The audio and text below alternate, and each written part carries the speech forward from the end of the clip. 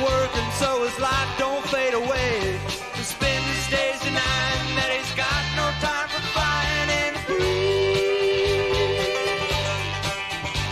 While high up on his own, ego flies alone, he is free. In the early 70s in Los Angeles, there was a club in the Hollywood area called the Troubadour. And this was the place that all budding musicians went to be seen, to exchange ideas, to be heard, and hopefully to get record deals. The Eagles were part of that West Coast family tree, which included Jackson Browne and Linda Ronstadt and the Flying Burrito Brothers. You know, it was part country rock, part singer-songwriter, part cocaine cowboy outlaws, that whole scene.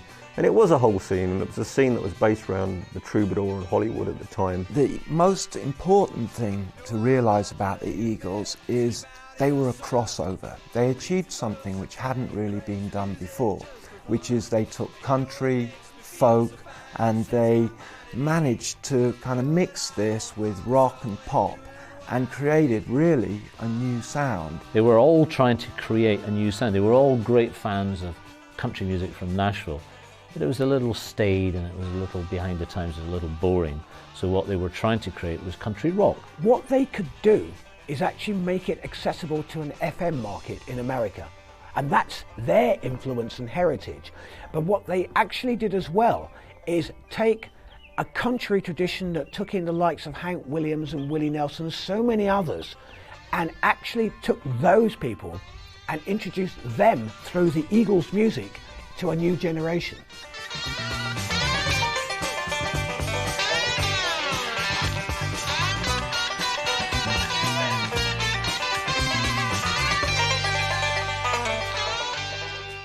The most interesting thing about the Eagles, of course, was that none of them actually came from California. They all saw it as the promised land. They began their career as the Eagles essentially as a result of working in Linda Ronstadt's backing band. John Boylan, Linda Ronstadt's manager, in 1971 was looking for musicians for a 2-month American tour to back up his artist. And he got Glenn Frey, Randy Meisner and Bernie Leadon on board. Frey was a guitarist, Meisner bassist, and Leadon was also a guitarist. And between them they played with people like Poco, Rick Nelson, Bob Seger, the Flying Burrito Brothers, so it had a good pedigree. What was missing was a drummer. In May 1971, Don Henley is sitting in the Troubadour Club in downtown LA and he's absolutely desperate. He's had a band which released an album. The band was called Shiloh, but this album went up in a puff of smoke and came down like a lead balloon and went absolutely nowhere. He'd spent 4 years kicking around LA trying to get started, trying to get somewhere in the music business. But unfortunately, he's just reached a point where he was literally the next week about to head off back to Northwest Texas and call it a day. And he's sitting in the corner of the Troubadour Club, which is one of the most famous haunts in Los Angeles for all musicians. And suddenly up comes Glenn Frey. And he pops a beer in his hand and says, "You're not looking too happy, what's the problem?" And sort of Don Henley goes on about how life's been hard and the band's gone down and everything. And Glenn Frey says, "Well, actually, I'm looking for a drummer to replace the one we've had in Linda Ronstadt's backing band." So he asked Don Henley whether he would fancy taking up the job. His first interaction with Glenn Frey wasn't too promising. They didn't seem to get on very well, but after a few drinks and stuff, they found that they had more in common than they thought. And this idea of forming a band gradually developed. They both realised they had the same kind of dream, the same mission they were on. So Don Henley said, "Yeah, I'll go for that." And the pair of them started off on Linda Ronstadt's tour, which kicked off in Washington, D.C. But it wasn't to be until 4 months later, in September, when the tour had reached Florida, that the manager of Linda Ronstadt, who's a guy called John Boylan, he brought along Randy Meisner and Bernie Leadon and put them on stage with the other two for the first time. And that night, apparently, it was just sheer magic. Silver threads and golden needles cannot mend this heart of mine, and I dare not drown my sorrow in the warm glow of your eyes. You can't buy my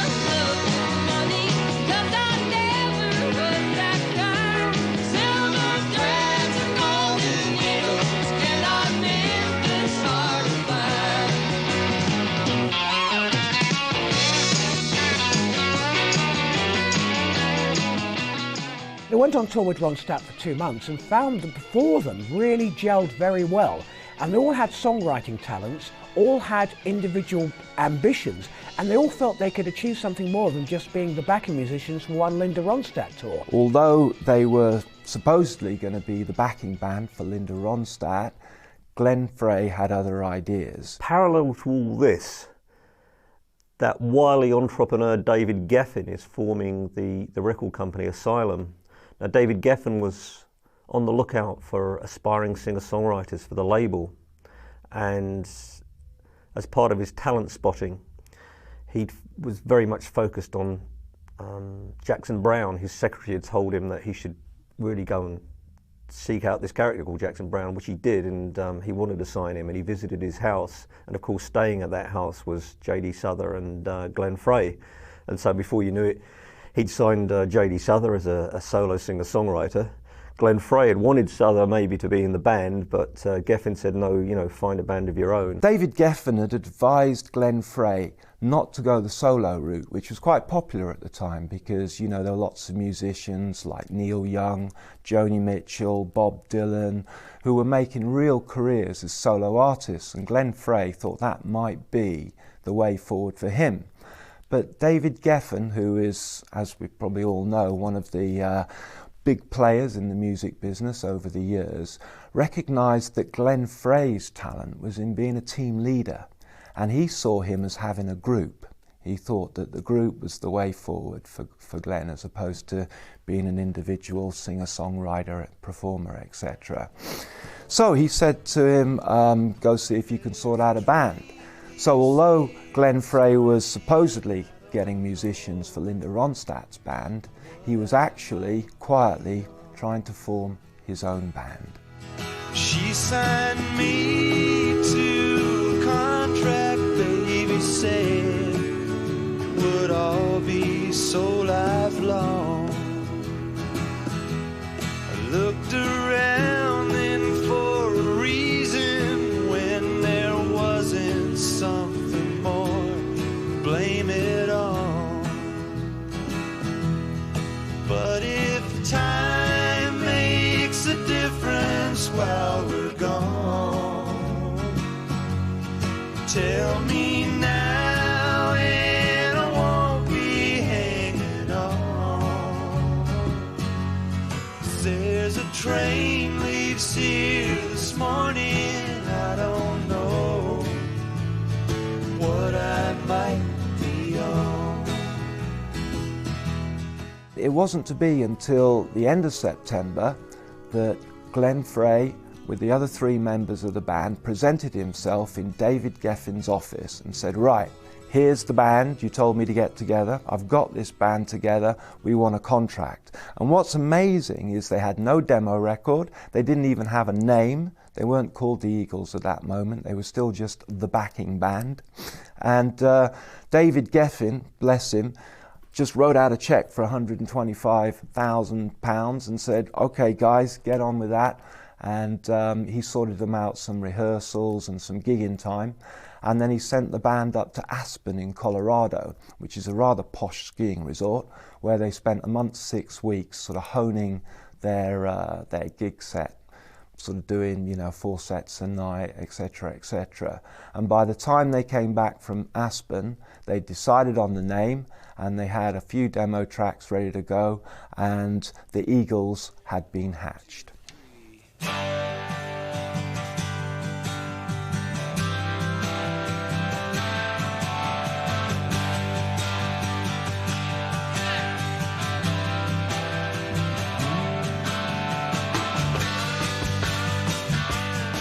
Well, I'm running down a road trying to loosen my load. I got 7 women on my mind. 4 that wanna own me, 2 that wanna stone me, 1 so she's a friend of mine. Take it easy, take it easy, or let the sound of your own wheels drive you crazy. Lighten up while you still can. Don't even try to understand. Just find a place and take your stand. Take it easy.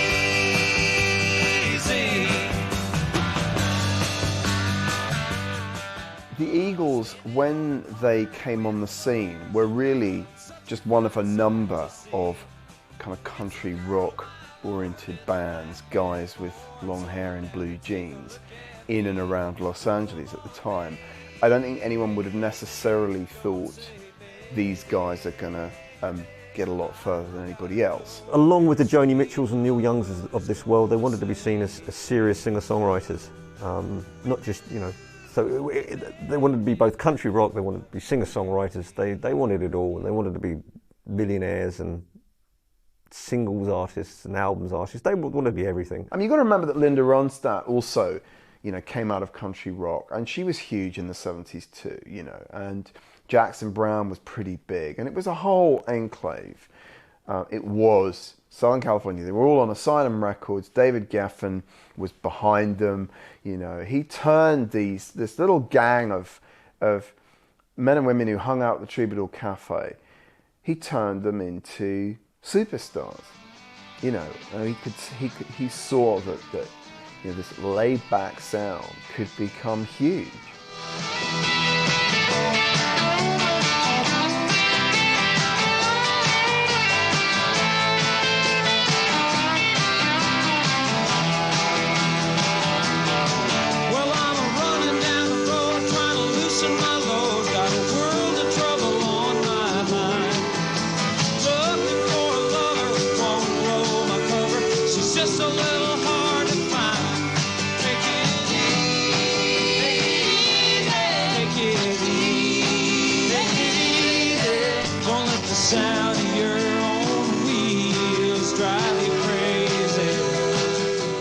The Eagles is sort of, or rather Eagles, is a perfect introduction to the band in the sense that it shows that they can do a bit of everything. You know, I think that's the important thing. I think, you know, people think of the Eagles primarily as a sort of country rock band, but actually if you go back and revisit the record, you realise it's not really a country rock record. There's 2 or 3 country rock songs in it, but there's a whole lot of other stuff going on there. Well, the first album, The Eagles, was also one of the first records to be released on Asylum Records, and for that reason alone, there was a degree of press attention focused upon it. At first, as in most debut albums, it didn't create an almighty splash.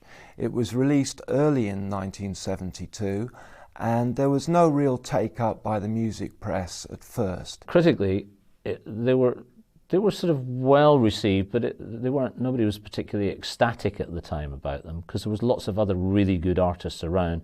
Crosby, Stills and Nash were doing not dissimilar things. Lots and lots of people. It was a real melting pot in Los Angeles at that time for that style of music. It wasn't until Take It Easy was released as a single, which eventually reached number 12 in the USA charts, that people began to stand up and take notice of what the Eagles were all about. In fact, that year, Rolling Stone voted them as one of the best debut bands of the year, and they figured that it was, how can I put it, they were kind of not successful immediately, but it began to grow slowly. But to give you an example, it wasn't until October that the album actually peaked at number 22 in the USA hit parade. But it wasn't without its problems. Basically, it certainly wasn't an overnight success. And the Eagles found themselves playing concerts where, for instance, they'd go through the first 7 songs and they'd get absolutely no reaction from the crowd at all.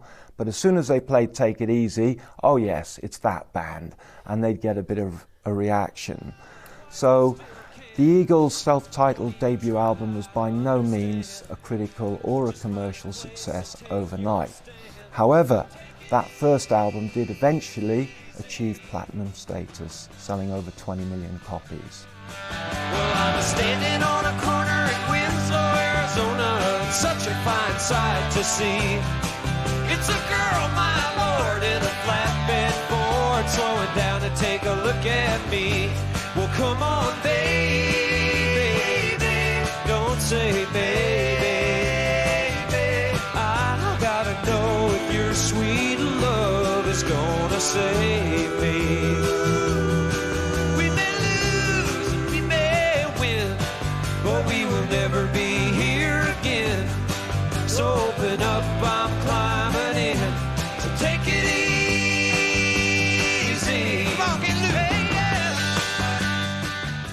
The album itself in America got to number 22, I believe, in the Billboard chart, and it actually had 3 hit singles. Take It Easy, which has become an absolute classic with the Eagles, co-written by Jackson Browne. In fact, let's be honest, mostly written by Jackson Browne with Glenn Frey additions. Witchy Woman and Peaceful Easy Feeling were all top 20 hits, and in the case of Witchy Woman they broke into the top 10 as well.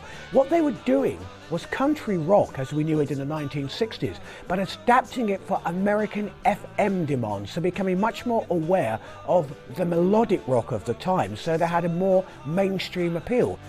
Take it easy, take it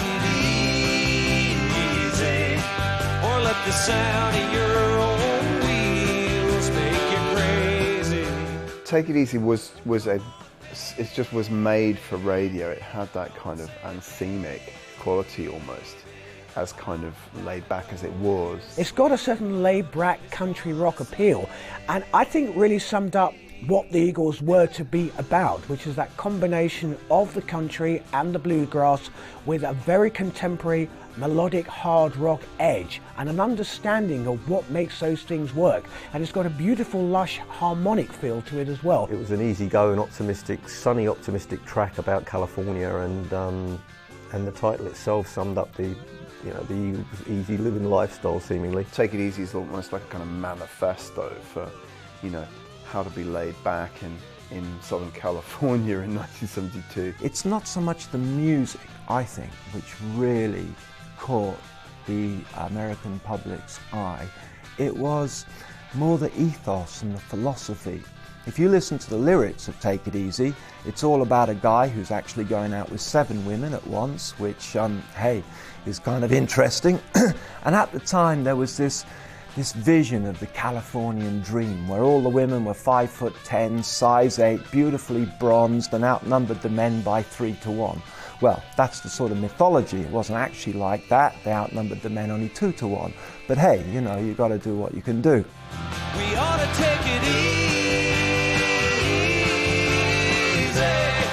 Tell your woman that she's got to shake.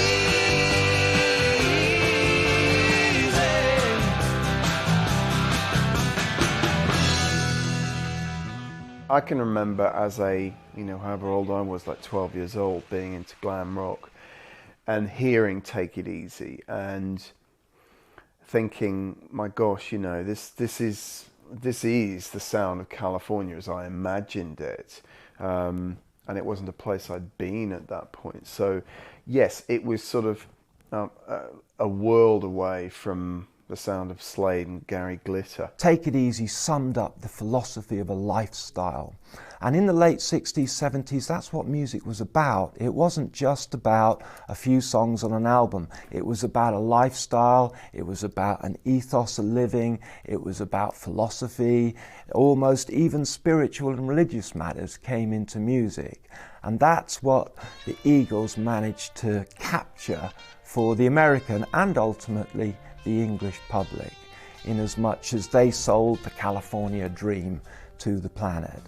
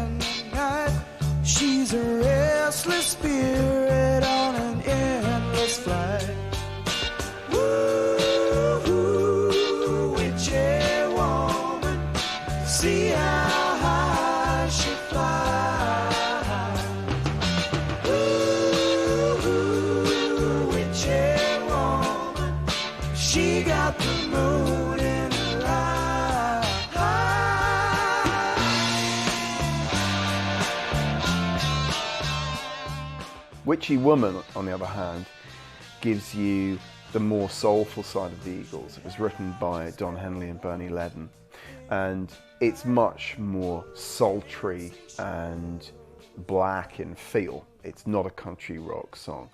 And it's the first of a number of quite R&B-ish tracks in the Eagles' oeuvre. Witchy Woman is a soulful ballad.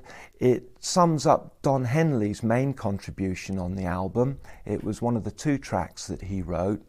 And again, it's about being in a relationship with women, coming and going, with there being sort of not long, stable, standing relationships, and the fact that this was quite a rough and tough world to be in, where, yeah, guys could go out with 2 or 3 women, but some of the women managed to be witchy women too, and they got their own back. I know you wanna love her. Let me tell you, brother, she's been sleeping in the devil's bed. There's some rumors going round that someone's on the ground. She'll rock you in the nighttime till your skin turns red. Ooh, witchy woman, see how high she flies. Ooh, witchy woman, she got the moon in her eye. The second track was a hit again. It was Witchy Woman, which again fitted the image of the Eagles. That tribal Native American beat was added to it, which gave it a kind of, you know, the cover of the album was taken in the Joshua Tree Desert, so it fitted the whole Indian imagery as well. Witchy Woman again had that feeling, although slightly more edgy than perhaps Take It Easy ever was.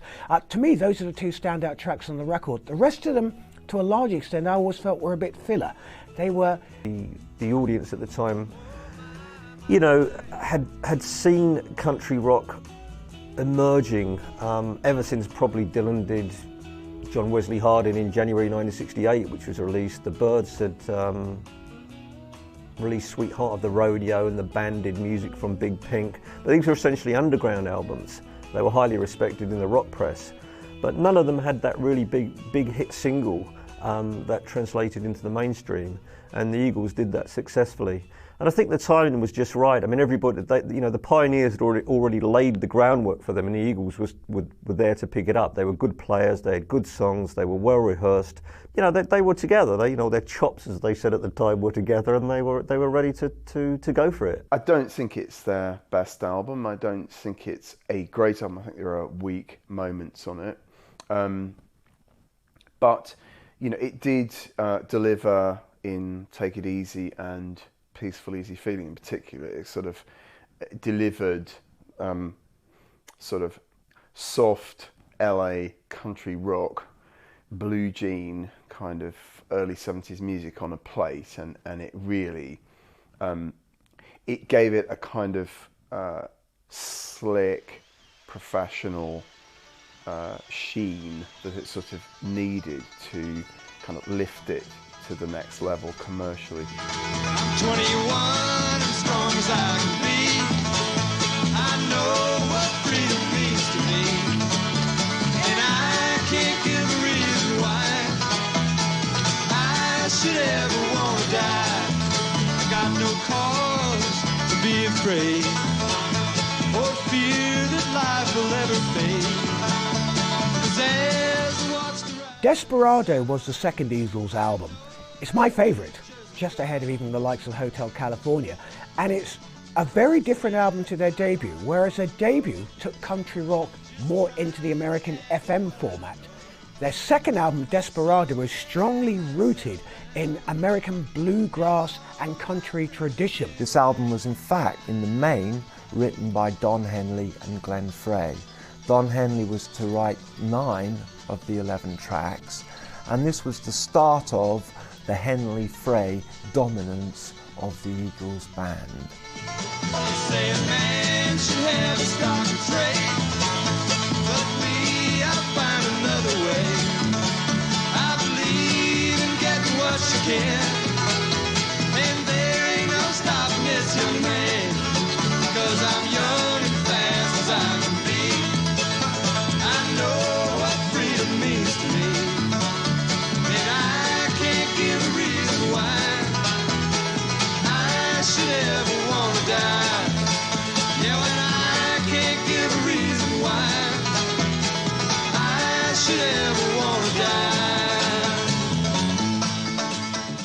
The second album syndrome is something that's well known in the music business, because unfortunately what tends to happen is bands may have been kicking around for 5, 10, sometimes 15 years before they actually get their breakthrough. And the first album tends to contain the best of all this material from all those years. And then suddenly, having had the critical success with the first album, you're left with the second album, and that's normally wanted quite quickly by the record producers and by the music business. They want a follow-up which is going to be as successful as the first one, but unfortunately the band don't have this 10 or 15 years worth of material with which to go back. So the Eagles were looking for something interesting in order to come up with a good idea for their second album. It's a concept album, effectively, inspired by the story of a late 19th century American outlaw gang called the Dalton Gang, who made their name robbing banks and trains. Its origins began actually in the pre-Eagles era. It goes right back to that house in Echo Park that Glenn Frey shared with Jackson Browne and J.D. Souther. They had a book around, and it was a photo book on gunfighters, and that gave them this idea of coming up with a series of songs, possibly an concept album even, on kind of rebels and outlaws, but at the same time connect it as metaphorically with their own lives as aspiring rock stars. And you know, they'd already seen enough from the success of their first album to, you know, project this image of themselves as on the rise, and there they were, you know, running out as outlaws themselves. They were Doolin-Dalton, high or low, it was the same. Easy money and faithless women, red-eye whiskey for the pain.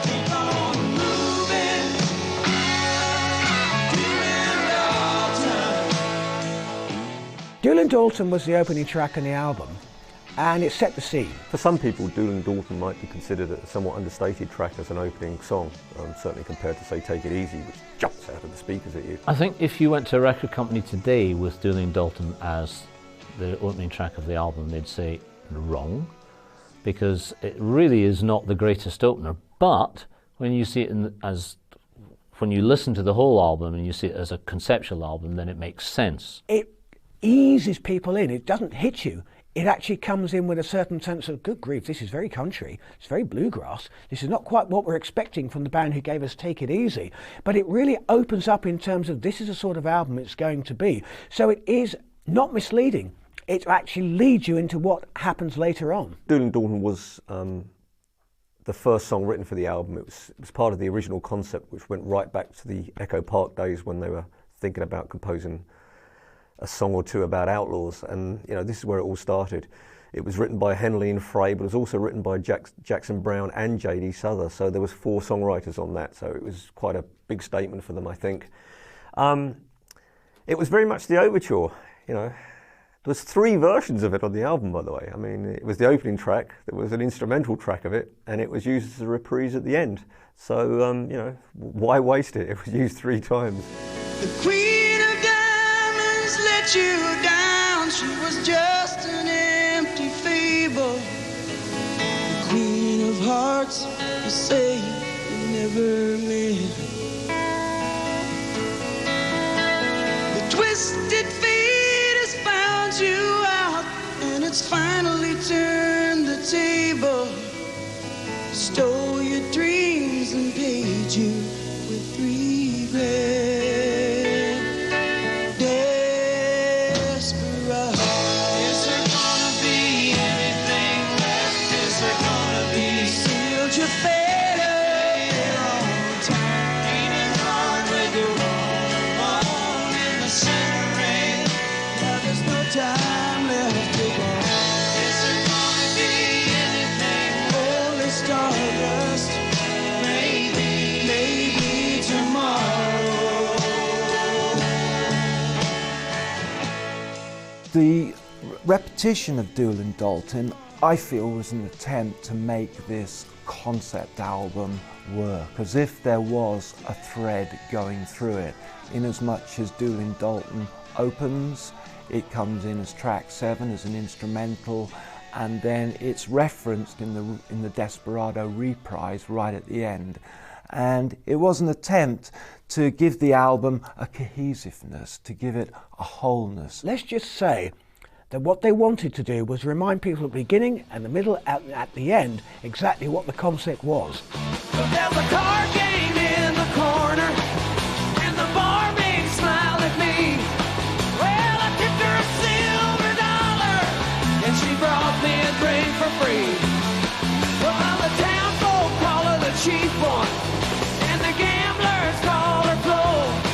Come on, set 'em up again. I got me a friend, and I think I'm getting out of control. Out of Control is the most out of context track on the Desperado album. The reason being, it's a rocker. Nothing else on the album rocks as hard or even close to being as hard as Out of Control, which is the third track on the album, and it suddenly they take off and go into this real boogie, hard rock and roll driving track, which is completely different to everything else on the record, which is much more laid back, much more introspective, much more about the blues and the bluegrass and country roots. And suddenly you got this dynamic contemporary hard rock track going in there. So in a way it's a bit of a shocker, especially coming so early on when nothing else really follows. That was just their rock song on the album, really, if you will. It was just a song about being out of control in a bar. It's basically a barroom brawl song as much as anything, which kind of tenuously connects the Western imagery of playing poker and having fun and fighting in a bar with the modern rock conceit of, hey, playing poker and fighting in a bar, you know. Again, you know, it's very easy for the Eagles to get a song like that in and just make it a rock and roll song. They used that one live. It fitted in the centre of the album, you know, reasonably well. Kind of almost filler, I think, to a certain extent. I never thought it was a great song, but they needed something to break up the ballads, and that did that reasonably successfully. Well, if anybody's looking for trouble, you know I'm the one you want to try. Well, I'm finding a man who wants you, and I don't care who or why. You got to gamble on your story. You got no guts, you get no glory. And I bet my money on an ace in the hole. I think I'm getting out of control.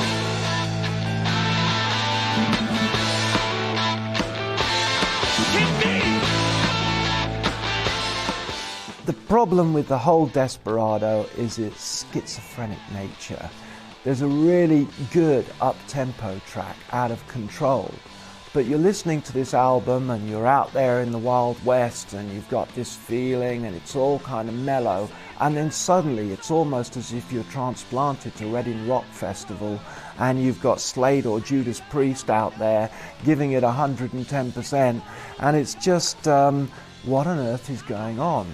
But as we all know now, this was really the angle that Glenn Frey was trying to push the band towards. He wanted a rock band. He was into drugs, sex and rock and roll. He didn't want any of this country boy pap. So he was heading out there, and that's why tracks like Out of Control got on the album.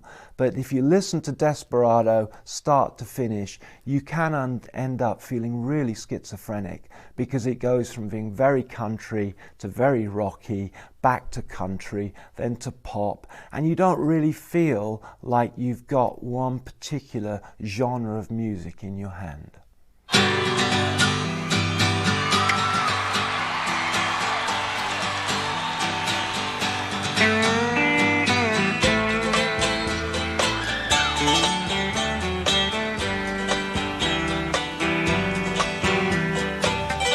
It's another tequila sunrise, staring slow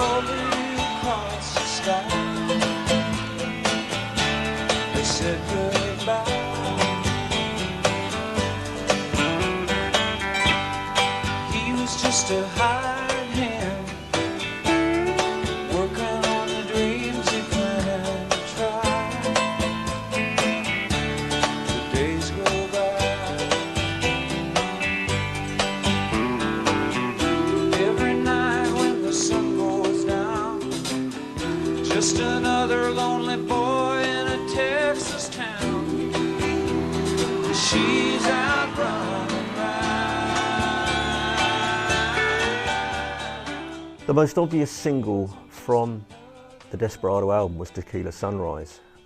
It was a much more commercial track than even Desperado was. Tequila Sunrise, basically in the key of G again, and this one has really the only thing in it that's of great interest, that's slightly different, is it goes from a G major to a G6 major.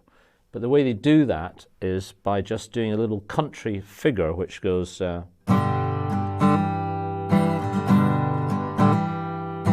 So they're hammering on and creating the sixth note of the G major scale.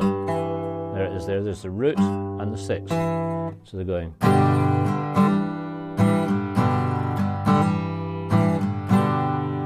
So it's a little lick at the beginning of the tune and it comes back every time he's about to start a verse again.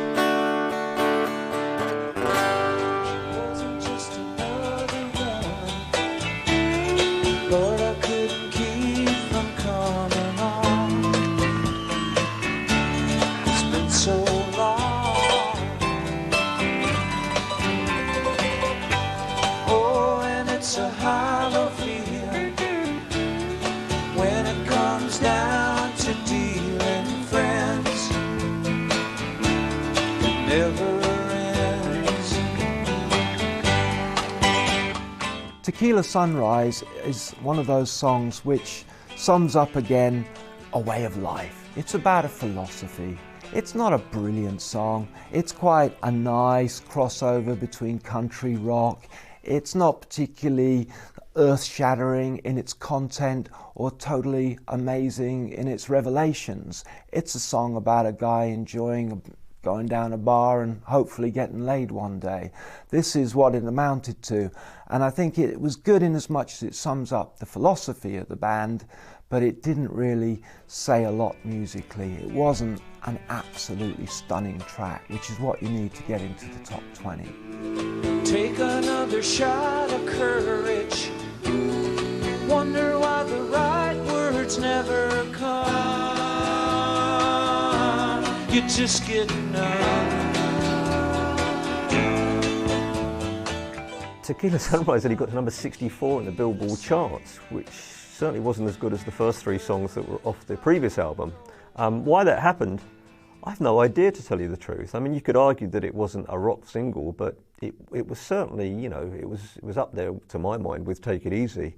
It's a song that has certainly survived in the repertoire of the Eagles. Whenever they've done reunion tours, they've got to play Tequila Sunrise. It fitted the image of what the Eagles were about very well. It was an extremely commercial melody. The first time I heard it, I thought, yeah, this is an obvious single, and yet it didn't make it. The problem there is once you've released a mid-tempo or a ballad as a single and it doesn't make it, the common wisdom is you don't release another one. So that means Desperado isn't going to be the second single. So what they did was they released a song called Outlaw Man, which was also on the album, which to my mind was a mistake.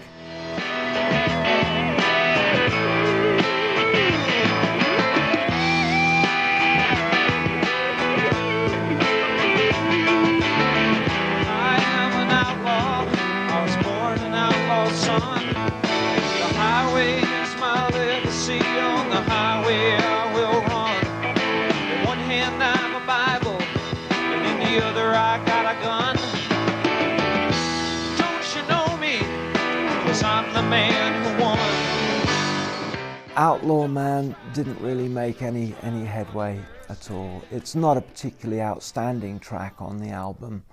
and it wasn't a major success at all. It wasn't even written by the Eagles, it was written by David Blue, who was another artist on Asylum Records.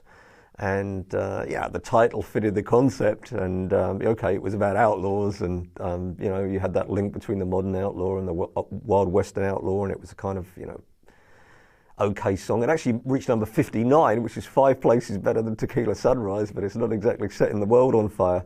So you've ended up with 2 songs from Desperado, and you know, none of them have even, you know, reached the top 50. Let alone the top 40. Given the fact that the Eagles' self-titled debut had done so well commercially, top 30 album, 3 top 20 singles, Desperado, the follow-up, was comparatively a flop because it was much more of a rootsy album. It wasn't reaching out to American FM format the way they'd done with their debut. In order to get any success in America, you need airplay. And what happened was the country stations, country and western, all those around Nashville, all 47 of them, had basically got this album out. They'd played 2 or 3 tracks, and then they'd come to the Out of Control track and gone, oh my God, what on earth is this? We can't stand this, Henry, stick it in the bin, because it's just too rocky. And then all the guys at the rock and roll station, they picked up this album with a bunch of guys dressed in cowboy outfits, and they went, oh my goodness gracious me, what's going on here? Or words to that effect. This just ain't rock and roll.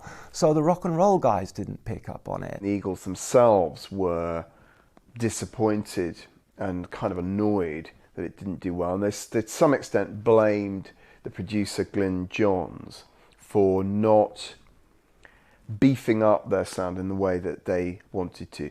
Glyn Johns had a different idea of what the Eagles were than they did themselves. I mean, he saw them as a softer, more acoustic, country-ish thing, perhaps a little closer to the sort of acoustic side of Crosby, Stills, Nash and Young. And the Eagles themselves wanted to be more of a rock band, I think particularly Glenn Frey. So, you know, they, I think, ultimately felt that Desperado was a bit kind of limp. It was a bit wimpy. It didn't have enough it wasn't beefy enough. And that was one of the reasons why Johns got the elbow pretty much for the following record. Concept albums are always difficult. You know, they can be extraordinarily successful or not. And it should always be remembered that Desperado was a platinum record. It did sell. In the long term, it sold very well. It's you know, it reached platinum sales, so you can't say it was not a success. It just took a long time. It was a slow burner, I suppose. Over the years, it's become critically acknowledged as a far fuller and far more fulfilling album. To me, this is a genuine debut from the Eagles because it represented what they really were about, which was taking roots Americana, if you want, and opening it up to a wider audience, but doing it from this point of view of being roots Americana.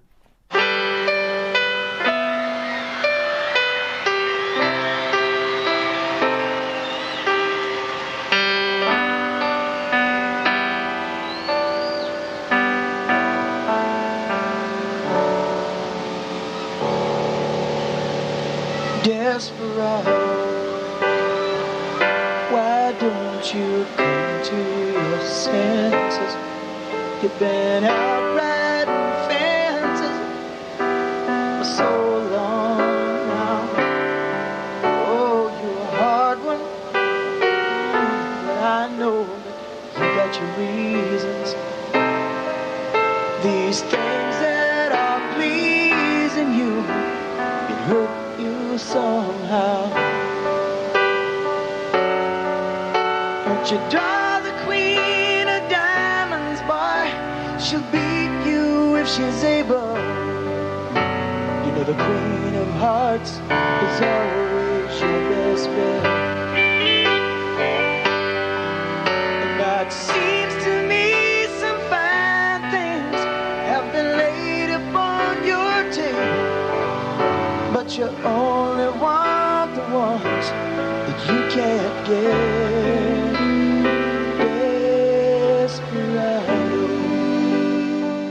Desperado, I think, is one of the all-time great songs. I mean, it sums up for men all over the world what it feels like to be a bit of a loner, to be a bit desperate, to be out there on your own, chasing your dream, up and down the hills and vales, through the rough and through the smooth. Desperado itself, you know, is probably the standout ballad. It's certainly the first instance of Henley's ability to write ballads, that kind of plaintive, soaring voice. It's sung by Don Henley, who is a Texan, and if you listen to the chord structure, and if you were to play it very slowly, it would be like a southern gospel tune.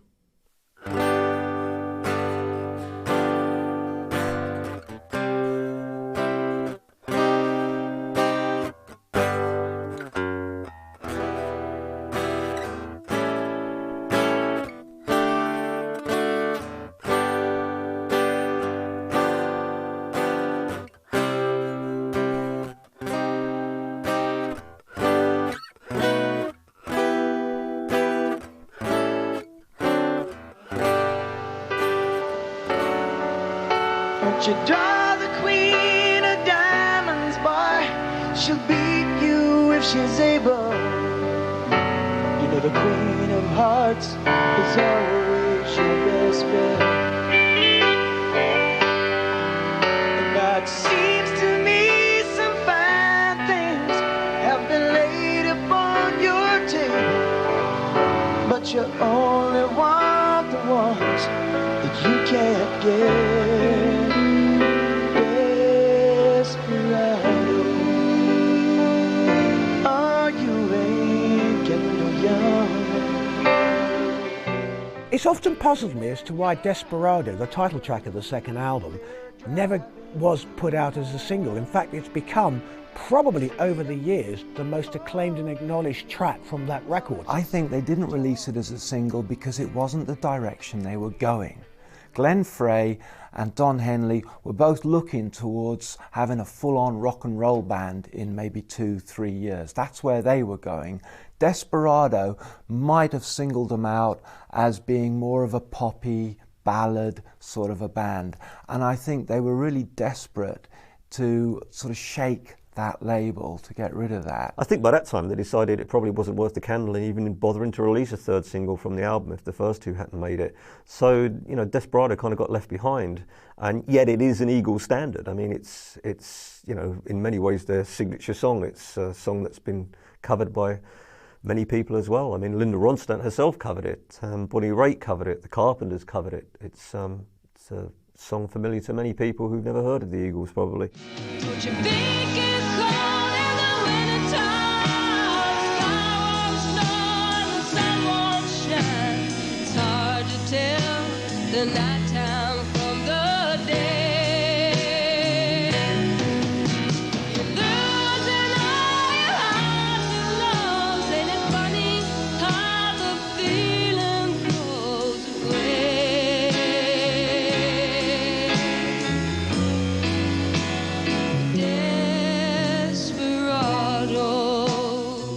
Desperado was definitely an album track. It belongs in the swing and flow of the album, and as a track apart didn't seem to quite work at that time in the way that other choices such as Tequila Sunrise did.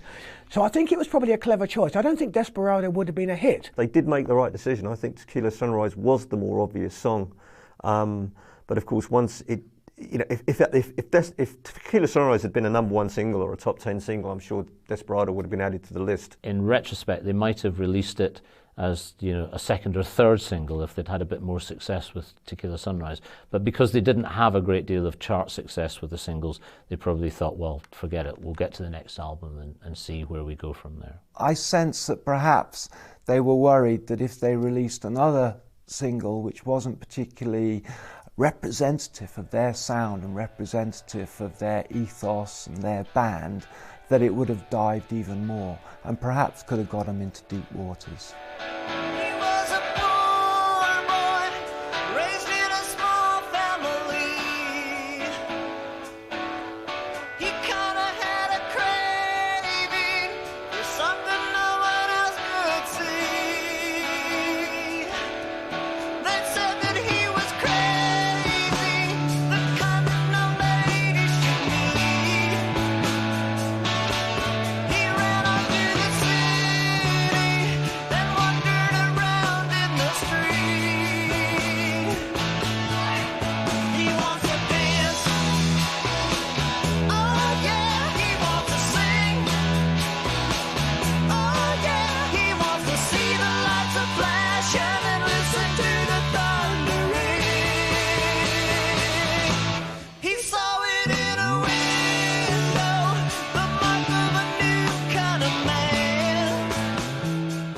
A Certain Kind of Fool is the closest the band really gets to what they did on the first album. Certain Kind of Fool was another rocker, and it was an attempt to, I think, add a bit of passion to the album. While the first album, the Eagles record, had a much more country rock going into American FM approach, that's very rarely the case on the Desperado album. A Certain Kind of Fool is really the closest they get. It's much more, to be honest, an AOR track. Basically, the chords, the first two chords, are very straightforward.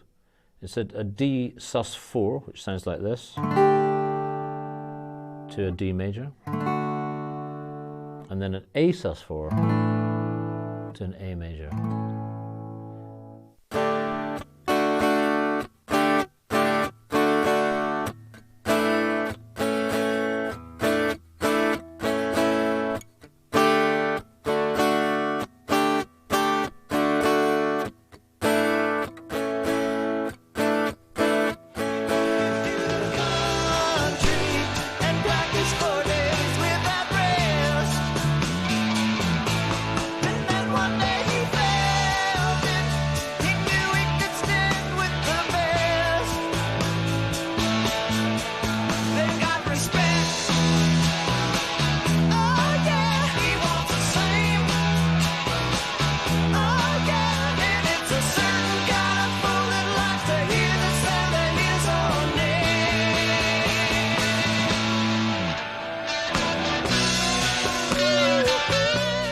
Certain Kind of Fool is perhaps one of the most autobiographical of the songs on the album, because it depicts a young man who basically wants to get away from his hometown. He wants to visit this big city. He'd like to hear his name being talked about and perhaps see his name in lights. It's about that dream of leaving the small hometown and heading off out into the city to try and achieve fame and fortune. And really, this was the road which Don Henley and Glenn Frey were both on. It did realise more fully the concept of this vision between the old Wild West and the modern cowboy outlaw, which is what the Eagles were trying to define. And you know, the lyrics in that song, it starts off with a guy that discovers a shiny gun in a window, and it attracts his attention, and he goes out and works with it in the desert, or until he's a hot player. And it's that same old thing of somebody looking in and finding a shiny guitar and going out and rehearsing until he's ready to take the world on.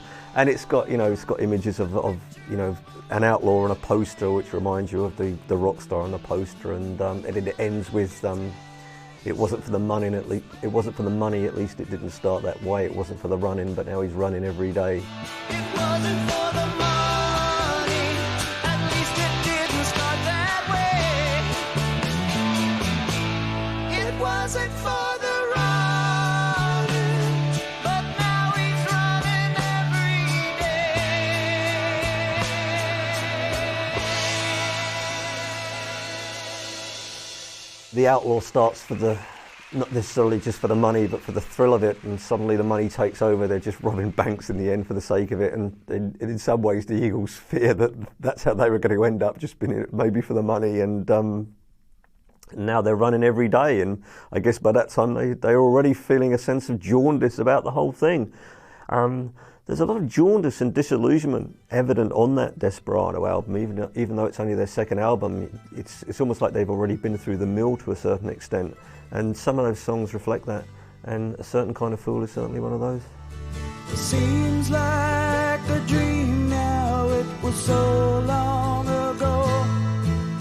The moon burned so bright and the time went so slow, and I swore that I loved her and gave her a ring. The bluebird was high on the wing. Whatever happened to Saturday night, finding a sweetheart and holding her tight? She said, tell me, won't tell me, was I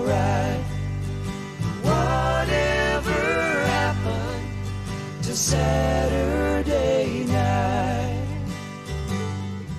I think people have mixed feelings about Desperado. I think it's kind of more of a piece than the first album. The first album is perhaps a little too kind of eclectic. It doesn't quite know what it wants to be. The second album, you know, is a more seamless experience. It has its kind of rockier moments, but it's something that sort of flows from beginning to end, perhaps a bit better than the first. In a way, Desperado stands alone.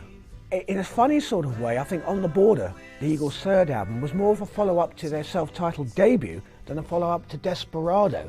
I think with Desperado, they got something out of their system.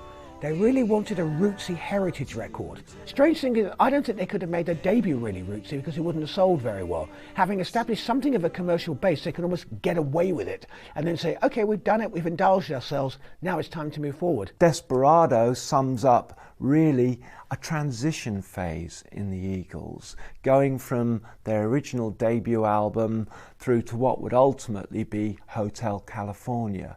But while they're in this state of transition, you don't seem to get a real feel of what this band is all about. The work's been appreciated probably more internationally later on because the songs became more well known and the covers of Desperado helped it to be so as well, and that became a signature tune of sorts. They had success with live albums, they had success with greatest hits albums. So the songs on Desperado, which originally, you know, were known to relatively few, if you're talking about an international mainstream audience, you know, by later in the 70s, most people knew Desperado as well as anything else, and it's had accumulated sales, which turned it into a platinum album. So over the years, you know, it became more and more successful. And now it's you know, there's a lot of people out there that regard it as the Eagles' best. For my money, and this is a personal opinion, I think Desperado is up there in the top 2 or 3 Eagles albums of all time. I think it is such a wonderful record, such an evocative record of their roots, and such a monumental epic in its own right, in its own way, and also so visual. And I really feel that while Hotel California is obviously their greatest triumph, and deservedly so, Desperado should be put right up there as a truly magnificent piece of work that pays homage to their roots, but also proved that they can make their roots accessible to a public for the modern era. At the time it wasn't a huge success, but I think over a period of time people have realised its influence and its importance, and it has become a landmark country rock album.